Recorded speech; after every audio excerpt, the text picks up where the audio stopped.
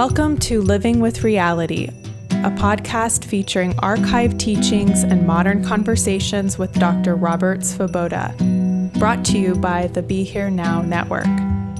Living with Reality explores Ayurveda and other wisdom traditions of India, which Dr. Svoboda has been studying for nearly 50 years. For more information, please visit BeHereNowNetwork.com/Dr. Svoboda. That's DRSVOBODA.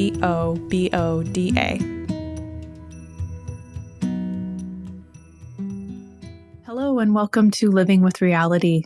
This is Paula Crossfield, your host and Dr. Svoboda's media manager. In today's episode, Dr. Svoboda goes into depth about Navaratri, and specifically the Chaitri Navaratri, which is going on right now. That's the 9 nights of the goddess, and gives so much rich information about the different spiritual traditions, what happens during this time, and how you can make the most of this time. If you're interested in learning online with Dr. Svoboda, you can go to Dr. Svoboda, that's DRSVOBODA.teachable.com, and you can find a whole host of online courses. And specifically, upcoming, we are opening the Satsanga, which is a subscription where you can take a class with Dr. Svoboda every month and also have a Q&A period where you can ask him all the questions on your mind, as well as getting access to hours and hours of content. So if that's something that's interesting to you, make sure that you're signed on to Dr. Svoboda's newsletter, which you can go to his website and access. It's drsvoboda.com. Enjoy. Om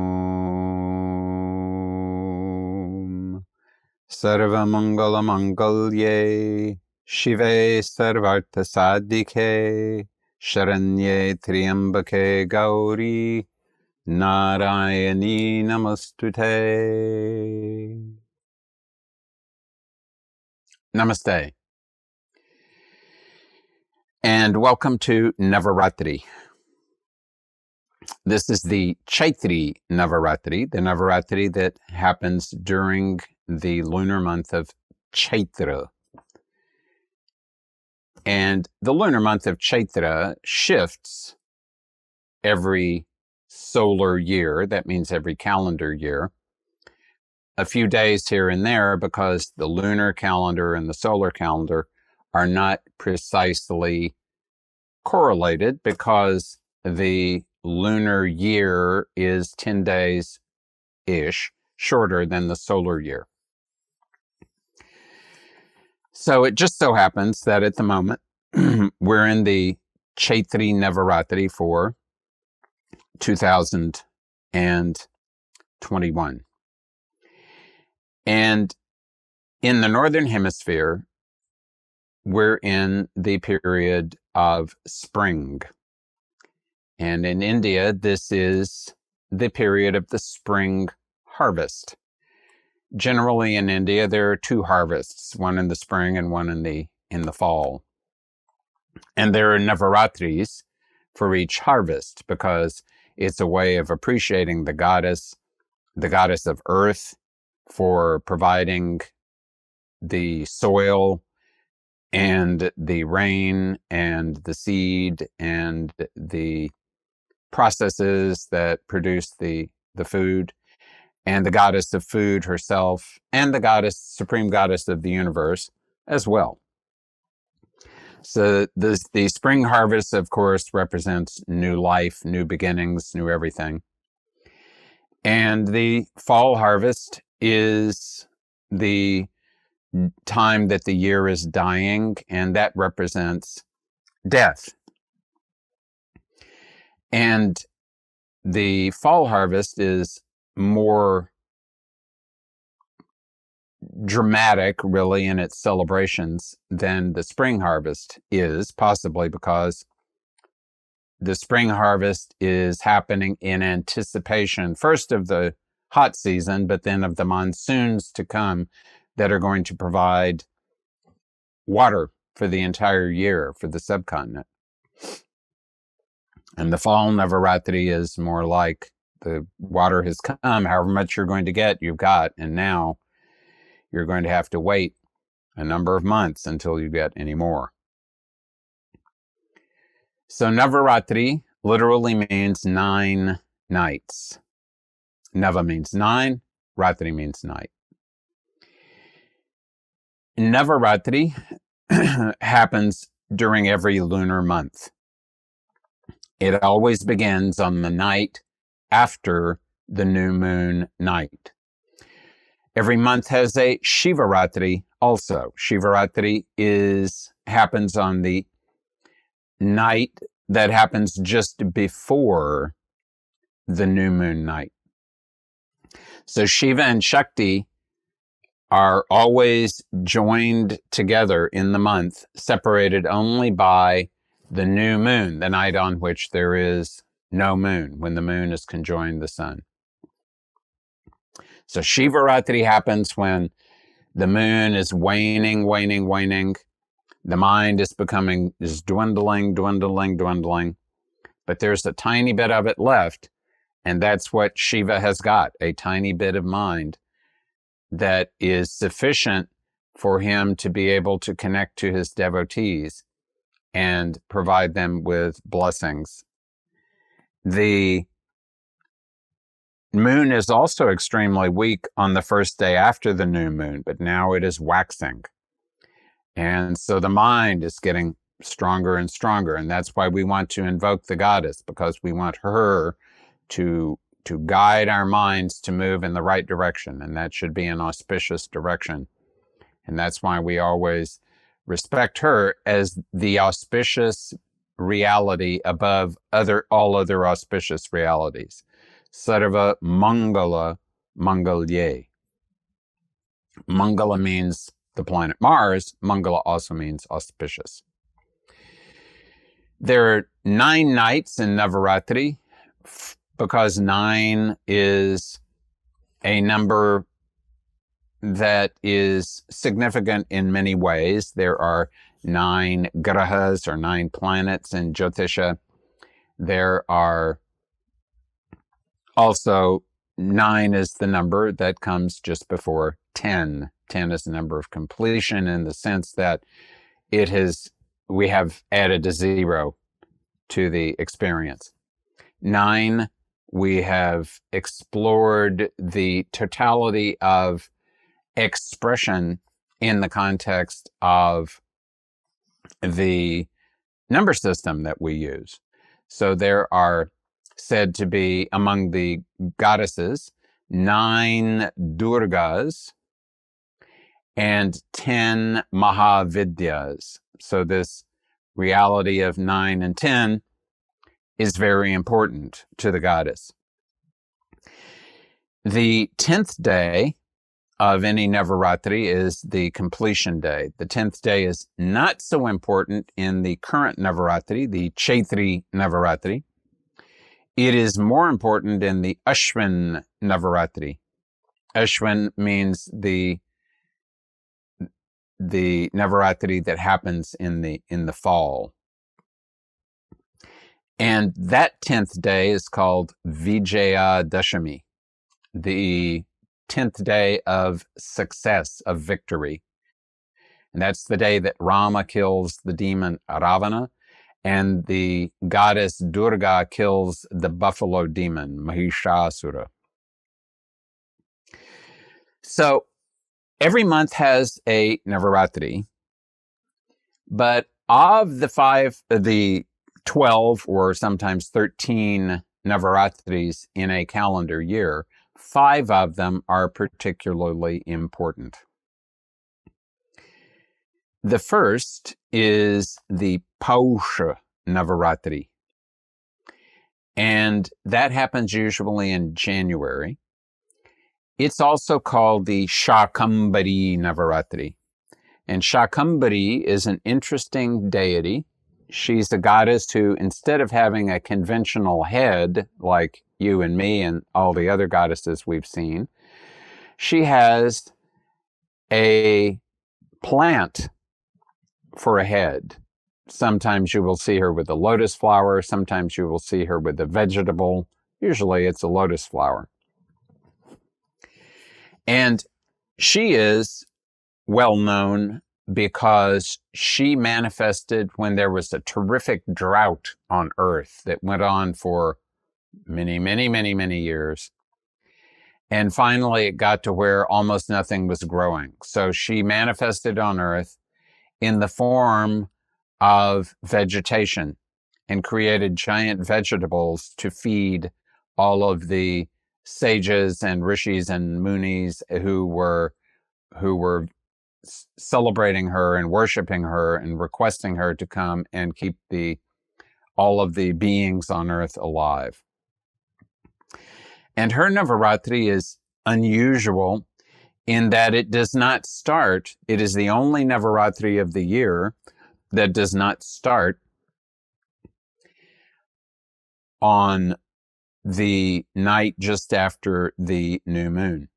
Instead, it begins on the night that is in the middle of the new moon and the full moon. We call that night Ashtami. And every Ashtami and every Navami means the ninth night of any lunar fortnight. Each of these days are sacred to the goddess. But Ashtami, because if you were to look into the sky, you would see the moon being exactly cut in half. I think they, in English, call that a quarter moon. And then after the full moon, they call the other, when you look in the sky and look at the moon and it's only half, it's called a 3/4 moon. But I prefer to think of them as half moons because that's the way they look to my eye. So this starts at a time when you look up into the sky and you see exactly half of a moon. Half of it is invisible, half of it is visible. That's the Ashtami. Ashtami is a strong day. It's not generally regarded as being good for auspicious things, but it's very good for the goddess. And this particular Navaratri begins on that waxing fortnight, Ashtami, of the month of Paush, and it concludes on the full moon. So actually, it is, technically speaking, more like 8 nights than 9 nights. But in principle, it is still a Navaratri. And it is not, it is worshipped, it's followed chiefly in, nowadays in Western India. But even there, it's not, people don't follow it as assiduously, as enthusiastically as they follow the other Navaratris. The second of the Navaratris is called Magh Navaratri, and it is mainly celebrated in North India. Because in North India, especially in Prayaga, which used to be known as Allahabad, there is every year a Magh Mela, like the Kumbh Mela. And the Kumbh Mela really is just a special example that happens once every 12 years of the Magh Mela. The Magh Mela in normal years lasts for a month, and all sorts of sadhus and yogis and swamis and so on come to the riverbed of the Ganga there. The Ganga and Yamuna meet at Prayag, and they have this Mela, this festival. And so the Magh Navaratri happens during this festival. And it is chiefly important because in the midpoint of that Navaratri, so it would be the 5th day of the bright fortnight, the Panchami, and the 5th day and the 10th day, those are both very strong and good days for doing auspicious things. The 5th day of that Navaratri is called Vasanta Panchami. And Vasanta Panchami, Vasanta means spring, and Panchami means the fifth day. So why is it called spring? Are we in spring when it is January? No, not usually. Actually, this happens mostly in February, but even then it's not quite spring.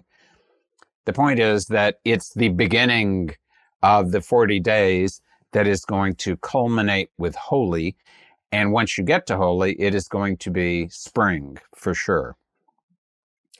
So the Vasant Panchami, even though it is not actually spring, it is the beginning of the period that is going to terminate in spring. So we're getting ready for spring.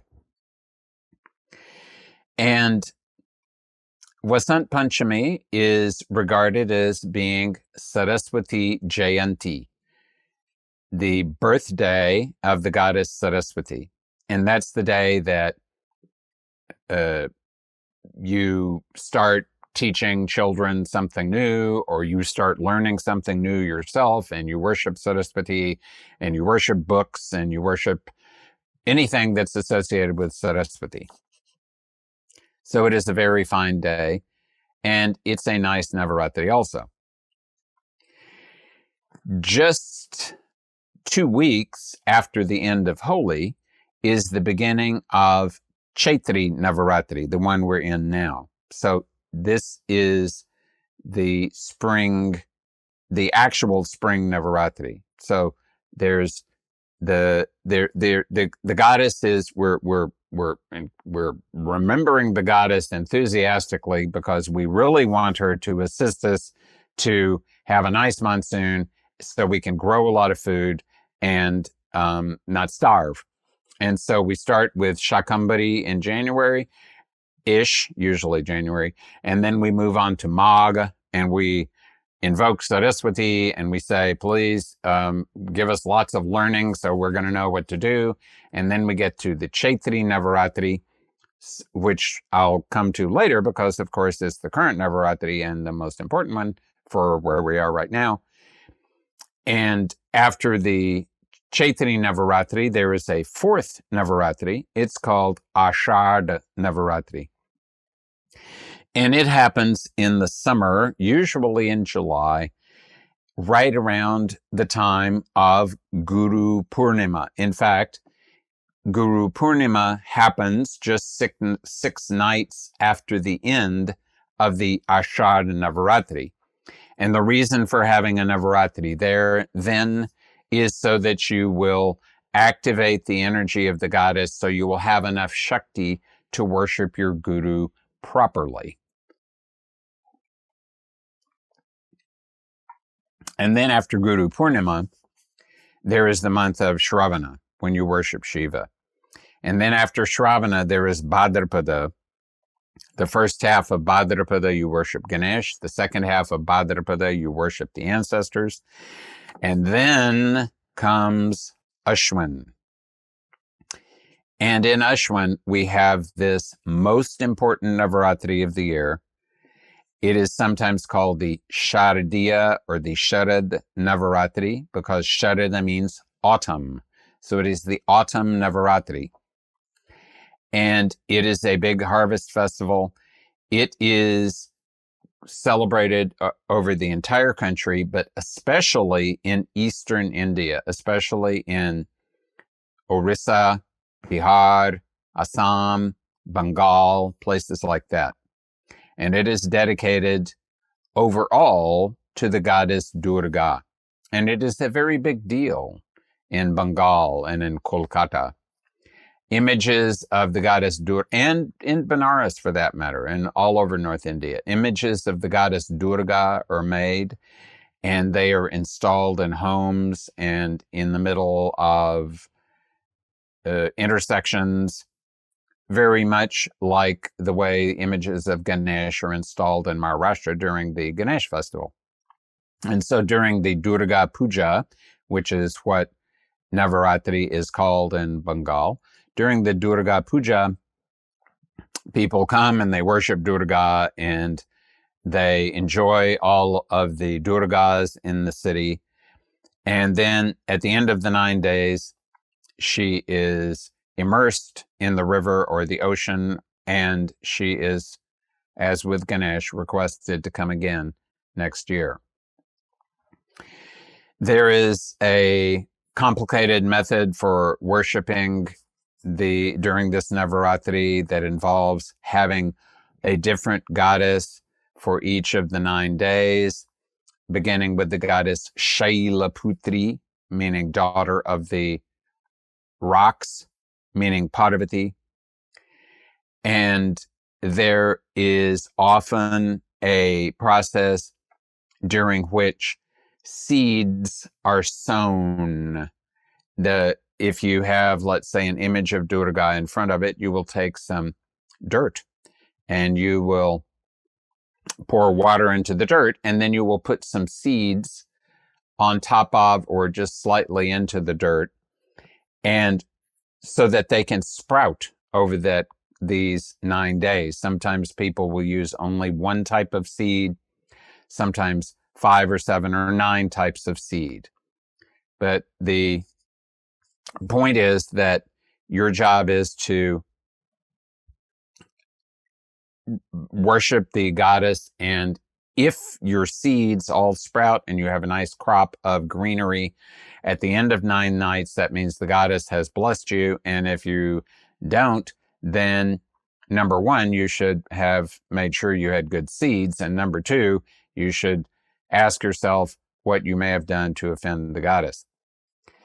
Baba Haridas, who I met when he was at the Mount Madonna Center in California, which he founded and lived at for many decades, said that in the past, when a yoga guru had some very good quality students, what that guru might do is cause the students to sit down, and depending on the capability of the student, have them sit for 1 day or 3 days, or if they were really hyper quality students, maybe even 9 days, and put the soil in the lap of the student so that the student would be sitting there without moving, immobile, for all of those days or day. And during that period, the sprouts would be sprouting. So you could naturally test the student by seeing how the sprouts, if were pointed when the end of the period came. If the student had moved his legs, then the sprouts would be all askew, and then you would know that some movement had occurred. So that is definitely for the tough yogi kind of approach. The first night of Durga Puja is in many ways the most important night. It's called the night of Ghata Sthapana. Ghata Sthapana. Ghata means a pot, P-O-T, pot. And the Ghata represents the head. What you do is you take a pot that's full of water, and the water represents all the juices of the head, and you place it on commonly a bed of sand, so it will be stable. So you have a clay pot on this bed of sand. The pot is full of water, and in the top of the pot you put some mango leaves, and you put a coconut. The coconut also represents the head. The mango leaves represent auspiciousness. And you're going to be invoking the focus of the energy of all of your worship is going to be on this pot, so that it will accumulate the Shakti that you are directing in the direction of the goddess. And the pot also represents the belly, in which prana will accumulate if you were sitting and meditating and focusing properly.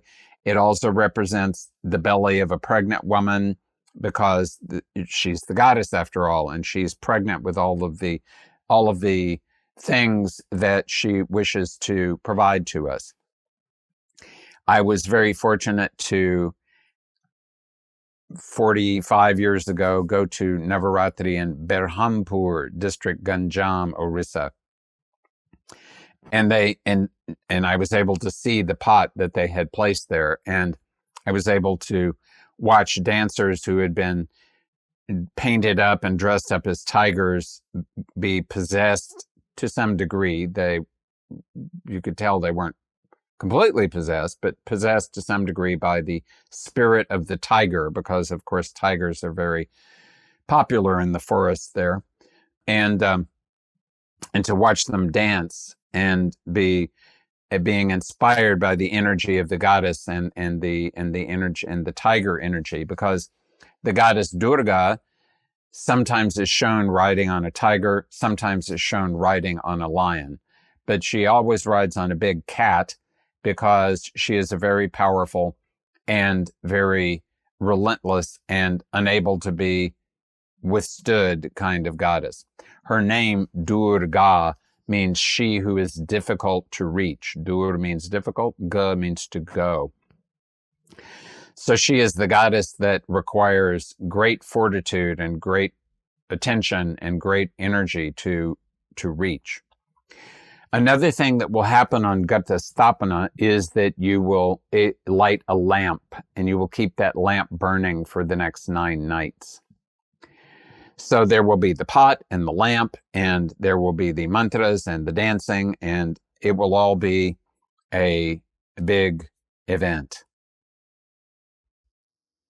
Many people during the 9 nights of Navaratri will read the Devi Mahatmya. The Devi Mahatmya is also called the Durga Saptashati, and it is also called the Chandi Path. It is supposed to be 700 verses long, though some of those verses are pretty short, so that they could get it to where it was 700 verses. But the Devi Mahatmya is probably the basic text for goddess worship in India. And it is originally from one of the Puranas, and it's the story of a king and a merchant who are thrown out. The king is thrown out of his kingdom, the merchant is thrown out of his house, and they meet in a forest, and they don't know what to do. But they meet this rishi in the forest, and they tell the rishi, "We don't know what to do. We've been thrown out of our houses. Here we are homeless now." And the rishi says, "Don't worry. If you want to go back to being unhomeless one way or another, then you should worship the goddess." And he explains to them how to worship the goddess, and he tells them 3 stories about the goddess. The first story is the story of how 2 demons emerge from the earwax of Vishnu when he is sleeping on his giant snake, Sheshanaga, and how Brahma, the creator, invokes Mahamaya, the great goddess of delusion, who is keeping Vishnu asleep, so that Vishnu will wake up and kill the demons. And the second story is about Mahishasura, the buffalo demon, and how the buffalo demon conquers the universe, and all the gods are sorely disturbed, and they are afflicted, and there is wailing and gnashing of teeth. And they focus on solving this problem somehow. And from each of them, their Shaktis emerge, and those Shaktis come together, and they create a great Shakti. And lo and verily, she is immense and powerful. And her name is multitude. She has many, many names. But for this purpose, her name is Durga. And at the end of this story, Durga drinks a large amount of mead, honey wine, and then she slays the buffalo demon. And Mahisha, buffalo, is regarded in India as being the embodiment of tamas. The cow is regarded in India as being the embodiment of sattva. But Mahisha, the buffalo, is regarded as the embodiment of tamas. And if you have spent any time with water buffaloes, as I have, you will know that they are not the sharpest knives in the drawer. and they're certainly not the most sattvic of animals. They're not inherently bad animals, they're just not particularly sattvic. So Durga slaying Mahishasura represents Durga killing the principle of tamas so that rajas can encourage sattva to increase, and then we can go beyond the gunas and there will be positive spiritual developments occurring. The third of the stories is, again, the universe is conquered by demonic forces, in this case, a pair of brothers named Shumba and Nishumba. And Shumba and Nishumba are definitely very powerful demons, and the gods, again, they're wandering around on earth because they have been cast down out of heaven. And then they remember, wait a minute, Durga, after she killed the buffalo demon, she promised us that if we ever had any problems again, we should contact her and she would solve them. And then they recite a hymn to the Devi, Namo Devye Mahadevye. And it's a very famous hymn because, for example, it goes this way. Ya Devi Sarvabhuteshu Shaktirupena Samstita Namastasye Namastasye Namastasye Namo Namaham. Very famous hymn. And she enjoys it even more than the gods and the humans and everybody who's worshiping her. And she manifests, and there's a big long battle, a series of battles actually, and then Shumba and Nishumba are destroyed. And then the goddess promises that no matter what problems humans or gods have, all they have to do is remember her, and they will immediately have their problems taken away. And after this, the merchant and the king, having heard these stories, they are inspired, and the rishi sends them out to do penance, which they do for quite a while.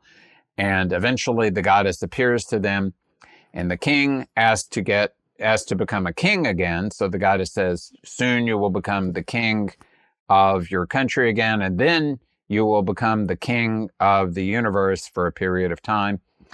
And the merchant says, I've had enough of human existence. I would like to have supreme knowledge. And the goddess said, do not worry, you shall have supreme knowledge. All will be well with both of you. And the implication is anybody who reads, hears, or involves themselves in some other way with the Devi Mahatmya will also be blessed by the goddess. Tatsastu, may it occur, Jai Ma. So people who follow the practice of worshiping on Navaratri will also, very generally, they will recite the Devi Mahatmya. Some people will recite it every day. If you do it at top speed, you could probably do it in a couple of hours, but you won't be able to pay attention to that much to what you're doing. If you're paying attention, it's probably more like 4 hours.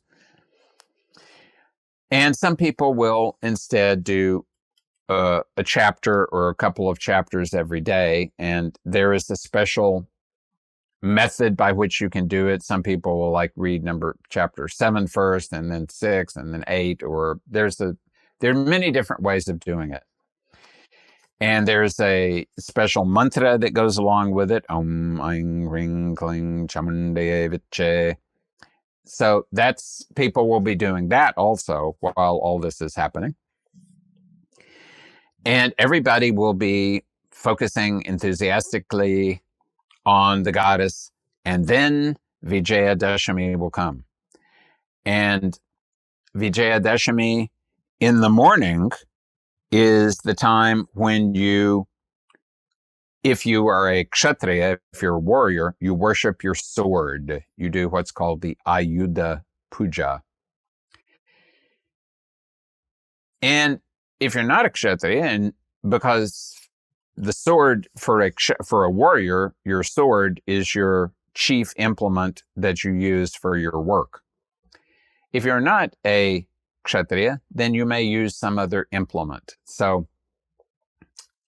everybody who follows this program will worship whatever their implements are, the implements that they use for their work.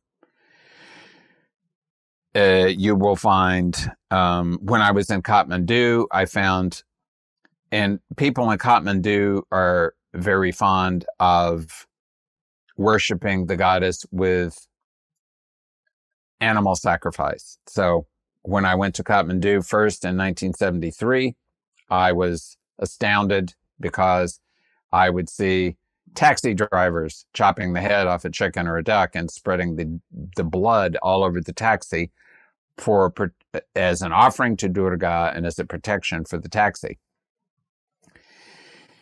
Those of us who do not do animal sacrifice will worship Durga in some other way. When I was a student in the Ayurvedic college and had just become introduced to Navaratri, I used to worship my typewriter with flowers and incense and a lamp and some sweets and some mantras. And now I do the same thing to my laptop and my phone because they're the tools of what I do now.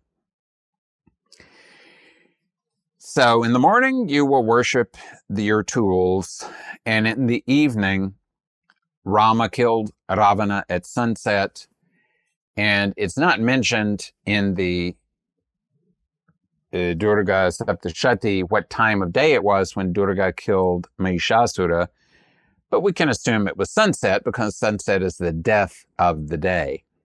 So at sunset, that's the time when the actual Vijaya, the actual victory occurs. Victory of Rama over Ravana, victory of Durga over Mahishasura.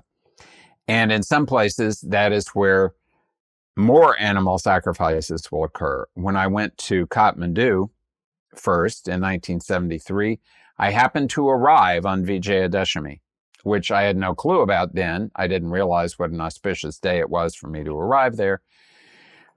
But in any event, what I did see was a long line of goats and buffaloes headed towards the National Stadium. I didn't realize at the time that what they were going there for was mass animal sacrifice. Kind of glad I missed that. So, in different parts of the country, different things will happen. In Gujarat, the Ashwin Navaratri is the occasion for a particular kind of dance called the Garba dance, sometimes done with sticks, so it's called Dandiya, the Dandiya dance. And that's a very festive occasion. And in Kashi, in Benares, Navaratri is the last 10 days of what is a usual 40-day process called the Rama Lila. And the Rama Lila is the recounting of the story of Rama. It's according to the Tulsi Ramayana. Tulsi Dasa was a resident of Varanasi for many years, and his retelling of the Ramayana in Hindi is acted out on the other side of the river in a place called Ramnagara, the city of Rama. And there's a Ram Lila ground over there, and there are Ram Lila grounds in the city also. And towards the end of that period, they create big images of Ravana. And at the time of Vijayadashami, then in the evening, Ravana is killed, and then he is incinerated. And there's great festivity because there's a big bonfire of these images of Ravana. And that is very auspicious as well. So this is the biggest of all the Navaratris of the year. But that one happens in August. And the one that's happening now is the Chaitri Navaratri. It's the Navaratri for the spring harvest, the Navaratri for new life. And the first day of the Navaratri, the first day, has a special name also. It's called Gudi Padwa. Gudi Padwa.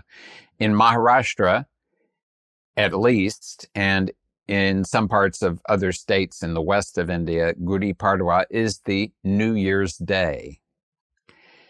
And the first thing traditionally that you eat on the New Year's Day is a few neem leaves.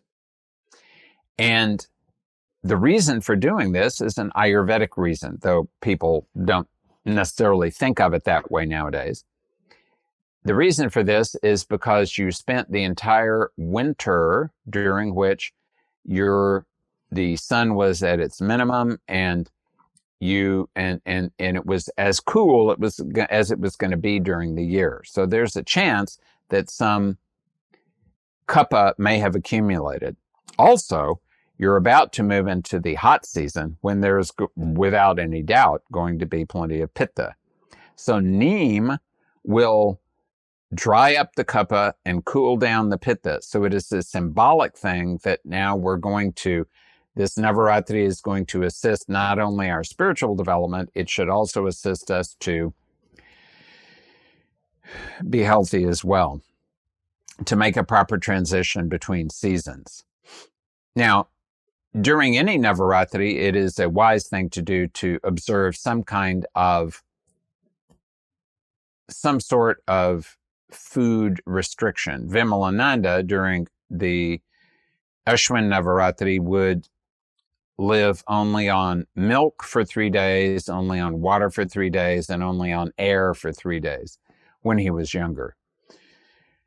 So you can observe any kind of food restriction you would like, and it doesn't have to be a complicated food restriction. But it's good to observe some kind of restriction, especially in Ashwin Navaratri, but even in any Navaratri. And so there would have been a time when people were eating not just 2 or 3 neem leaves, but a bunch of neem leaves, and maybe even making a monodiet of neem and water or something for that period of 9 days to act as a purification. It would have been a pretty dramatic purification, but very few, if any, people do that nowadays. In any event, that's the idea of the Navaratri, that there should be purification so that you will become more pure, so the Shakti can enter you and you'll be able to hold on to the Shakti, because there's no use in having the Shakti enter you and then not being able to hold on to it. The important event at the end of the 9 nights, or actually shortly before the end of the 9th night of this Navaratri, is that Rama is born. So Ashwin Navaratri in the autumn, Ravana is killed and the buffalo demon is killed.